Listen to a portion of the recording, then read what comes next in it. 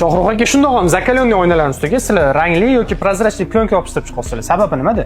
Sababi kalyonniy oynalar qaysidir burchagidan darz ketsa, pastga sochilib ketadi. Inson hayoti uchun ancha xavfli.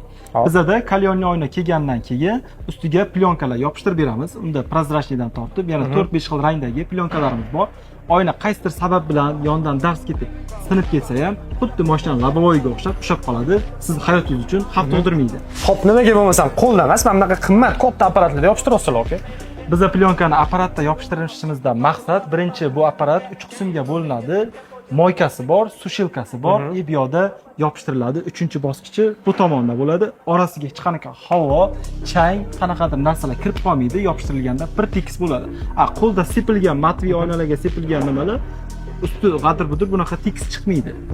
Bundan oldingi videoda kalyonniy oyna hamda plyonka yopishtirilgan oynalarni crash testini videosini qo'yganmiz. Bemalol o'tib ko'rsanglar bo'ladi.